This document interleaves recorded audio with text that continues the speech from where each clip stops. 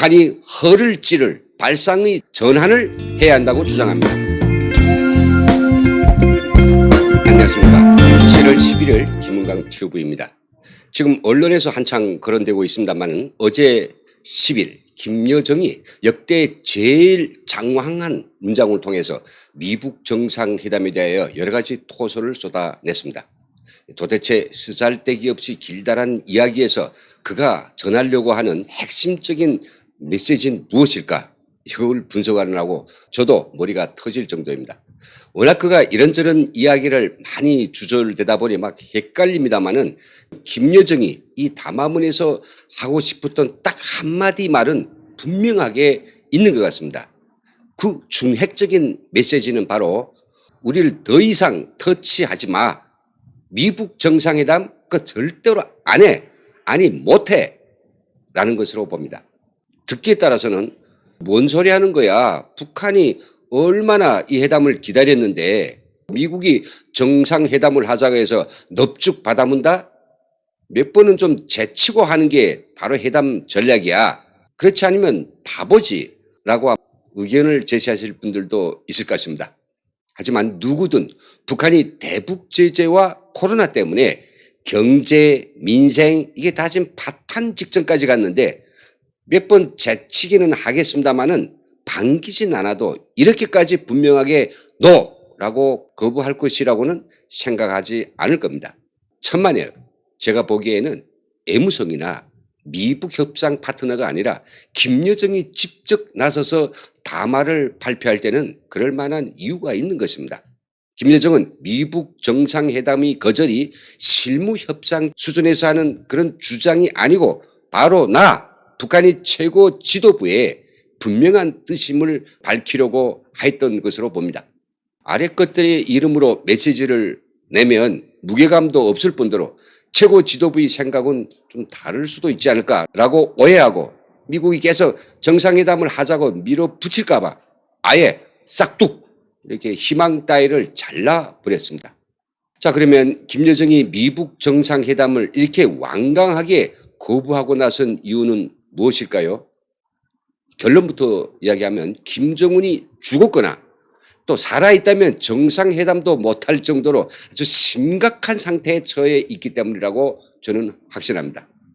그렇지 않고서는 미북 정상회담을 원하지 않는다고 말 한마디면 될 것을 이렇게까지 구구절절 이유와 근거까지 밝혀서 미북 정상회담을 안 한다고 손사래를 치지는 않았을 것입니다. 솔직히 올해 4월 김정은이 신병 이상설이 나돌기 직전까지만 해도 북한은 미북 정상회담에 대하여 완벽하게 거부한 적이 없습니다. 아시는 바대로 작년 6월 30일 판문점에서 트럼프와 김정은 번개팅까지 했죠. 그리고 연이어서 10월 5일 스웨덴의 스톡홀름에서는 북미 실무협상팀이 미국이 제안한 창조적 제안을 놓고 실랑이를 벌였습니다. 이때 북한이 미국의 제안이 흥미롭기는 하지만 자기들이 선 제재 해제, 후 비핵화 원칙과 어긋난다고 하면서 이 자리를 차고 나갔죠. 그리고는 작년 말까지 새로운 계산법을 가지고 나오지 않으면 크리스마스 선물을 보내겠다고 협박을 했댔습니다. 하지만 12월 25일 크리스마스 날 장거리 미사일 발사로 예상했던 그 선물 그걸 보내지는 않았고요. 김정은은 당 정치국 확대 회의를 연말 연시까지 3일 동안이나 벌려놓고 미국의 답변을 촉구하는 정치적 캠페인을 벌였습니다. 그때부터 북한이 그렇게 애타게 기다렸던 미국에 건너갔던 공이 지금 돌아왔습니다. 그것도 트럼프 대통령이 정상회담을 하자고 직접 본인 입으로 밝혔는데 김정은이 이걸 거절할 이유는 없지 않습니까? 김여정이 담화문에서 자기들이 미북 정상회담을 못하는 이유를 3가지로 분명히 또박또박 밝혔습니다. 김여정이 담화문의 행간을 읽어보시겠습니다. 나는 조미 사이의 심격한 대립과 풀지 못할 의견 차이가 존재하는 상태에서 미국의 결정적인 입장 변화가 없는 한 올해 중 그리고 나아가 앞으로도 조미 순회 회담이 불필요하며 최소한 우리에게는 무익하다고 생각한다. 더욱이 올해 중 조미 순회담은 그 가능성을 떠나 미국이 아무리 원한다고 해도 우리가 받아들여주면 안 된다고 생각한다. 그 이유를 간단하게 세 가지로 말한다면, 첫째, 그것이 필요하다면 미국 측에나 필요했지 우리에게는 무익하다는 것이며, 둘째, 새로운 도전을 해볼 용기도 없는 미국 사람들과 마주 앉아야 또다시 우리 시간이나 때우게 될 뿐이고, 그나마 유지되어 오던 순회자들 사이에 특별한 관계까지 훼손될 수 있는 위험이 있기 때문이며, 셋째, 쓰레기 같은 볼튼이 연한 것이기 때문에 절대로 그렇게 해줄 필요가 없기 때문인 것이다. 여러분들, 이 기다란 문장이 이해됐습니까? 그렇다면 그들이 핵심적인 반대 논리, 그것은 무엇입니까? 아마도 미국 정상회담, 그건 분명히 말하는데 올해 중에는 안 된다. 또 나중에도 모르겠다. 그러니 트럼프 대통령은 미국 정상회담에 대한 꿈을 깨고 남한도 무슨 중재고 뭐고 쫄딱 나서지 말라는 확실한 메시지가 담겨져 있습니다. 물론 김여정이 이 말을 다른 각도에서 해석할 수도 있다고 봅니다. 그것은 정상회담의 주도권을 잡고 회담 전에 선제적인 기선을 제압하기 위해서 이렇게 몇 번 정도는 제치는 게 전략적으로도 가능한 수법이라고 볼 수 있죠. 그렇다면 회담의 여지를 남겨두는 그런 메시지가 있어야 하지 않겠습니까? 그런데 김여정이 담화문 어디에도 절대로 못한다는 소리뿐이지 자기들이 원하는 바를 조목조목 밝히지는 않았습니다. 작년 10월 스톡홀름 미북 실무 협상에서 북한이 김명길 협상대표가 미국에 제시했던 요구사항은 아주 분명했습니다. 첫째, 전면적인 제재 해제. 둘째, 대륙간 탄도미사일 발사와 핵실험이 중단, 그리고 풍계리 핵실험장 폭파에 따르는 보상. 세 번째는 한미 합동군사연습 무조건 중단. 네 번째, 한국에 대한 미국의 첨단무기 배치 중단. 다섯 번째는 핵무기 탑 가능한 전략폭격기 등 한반도 전개 즉시 중단. 여섯 번째는 단계적인 보상 조치로 요약됩니다. 김여정은 앞으로도 미국 쪽에서 계속 정상회담을 하자고 귀찮게 굴고 또 남한이 회담을 중재한다고 정신이 사납게 굴까 봐 이번에는 아예 미국이 절대로 받아들일 수 없는 그런 조건까지 제시하였습니다. 그게 바로 대북한 적대시 철회입니다.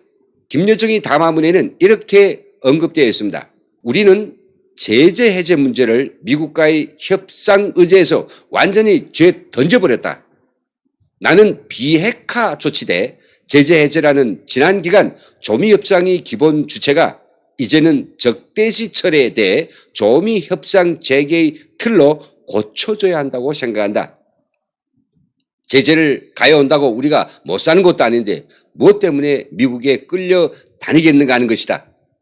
미국이 지금에 와서 하노이 회담 탁에 올랐던 일부 제재 해제와 우리 핵개발이 중추신경인 영변지구와 같은 대규모 핵시설의 영구적 폐기를 다시 흥정해 보려는 어리석은 꿈을 품지 않기를 바란다. 적대시 철회란 북한에 대해서 일체 비판도 하지 말고 제재를 즉시 해제하며 인권, 독재, 그리고 테러 지원, 적성국 이런 것들을 논하지 말며 국제 통화 시스템에서 북한을 배제시키지 말라는 것입니다. 한마디로 말해서 미국의 국가적 가치와 세계 질서의 룰을 완전히 다 바꾸라는 건데 이것은 트럼프 대통령이 아니라 그 한앱이라도 절대로 받아들일 수 없는 강도적 요구입니다. 따라서 김여정이 어제 담화문을 한마디로 함축한다면 미북 정상회담 다시는 입 밖에도 꺼내지 마. 아 시끄러워. 꺼져. 이런 소리를 또박또박 한 것입니다. 지금 김정은은 아마도 사람이 꼴이 아닐 것 같은데 어떻게 그들이 미북 정상회담을 하겠다고 맞장구를 치겠습니까? 북한이 이렇게 미북 정상회담까지도 완곡하게 거절하고 있는 마당에서 우리는 북한을 어떤 전략으로 다스려야 하겠습니까?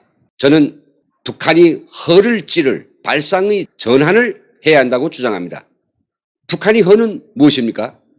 바로 김정은이 죽었거나 치명적인 건강 이상에 처해 있다는 이것을 숨기고 있는 바로 이것이 그들이 허입니다.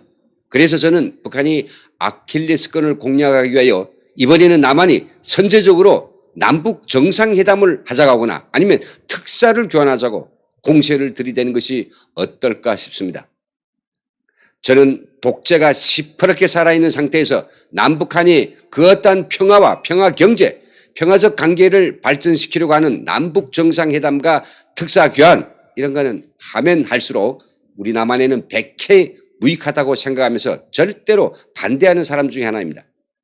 하지만 지금 김정은의 건재 사실을 밝혀낼 수 있는 유일한 방법은 그를 스크린으로 불러내든지 사람이 가서 직접 눈으로 확인할 수밖에 없기 때문에 발상의 전환을 하는 것이 매우 필요하다고 봅니다. 아마도 북한은 남북 정상회담 소리만 꺼내도 아주 거칠게 반대할 것이고 그럴수록 남한은 더욱더 북한이 빠져나가지 못하게 남북 정상회담의 필요성과 특사를 교환할 경우에 이익 등등을 내놓고 상정하고 바싹 밀어붙이면서 그들이 내놓는 언행을 살피다 보면 김정은의 진짜 건재 상태를 어느 정도는 밝힐 수 있다고 봅니다. 이번에 북한이 알아들을 수 있게 분명하게 의사를 밝혔음에도 불구하고 문재인이 특보고 뭐고 하는 사람들은 북한이 이들을 가리켜서 남의 생각은 안중에도 없이 제 좋은 대로만 생각하는 사람이라고 아주 대놓고 면박을 주었음에도 불구하고 돈키호테처럼 또 제 좋은 소리를 늘여놓을 것이라고 여겨집니다. 제가 이들이 지금까지 해왔던 말말말 미뤄보면 아마 이런 이야기들을 하지 않을까요? 자, 봐라. 김여정의 담화문은 바로 북한이 미북 정상회담에 관심이 있다는 것을 간접적으로 표현한다는 것을 수리쿠션으로 표현한 것이야.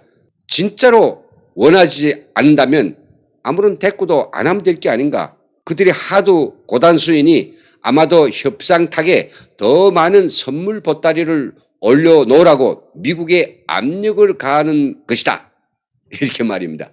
이젠 말입니다. 이런 낭설이랑 일체 집어치우고 김정은이 죽었는지 아니면 살아있다면 어떤 귀순 같은 모양인지 정확히 정보 파악을 해야 됩니다. 모든 수단과 방법을 총동원해서 하루빨리 이 진실을 밝혀내야 합니다. 지금처럼 아무런 증거도 없이 그저 김정은이 건재하다는 이 소리 앵무새처럼 반복하지 말고 우리 남한 국민들의 미래와 북한 주민들이 오늘이 운명이 판가름 나는 가장 중요한 역사적 시기에 쓰잘데기 없는 공리공담으로 음풍영월하지 말기를 강력히 촉구합니다. 오늘 방송 여기서 마치겠습니다. 오늘도 함께해 주신 시청자님들 정말로 고맙습니다. 그리고 구독과 좋아요 그리고 저희 튜브 발전에 도움이 되는 많은 댓글들을 올려주시기를 부탁드리겠습니다. 감사합니다.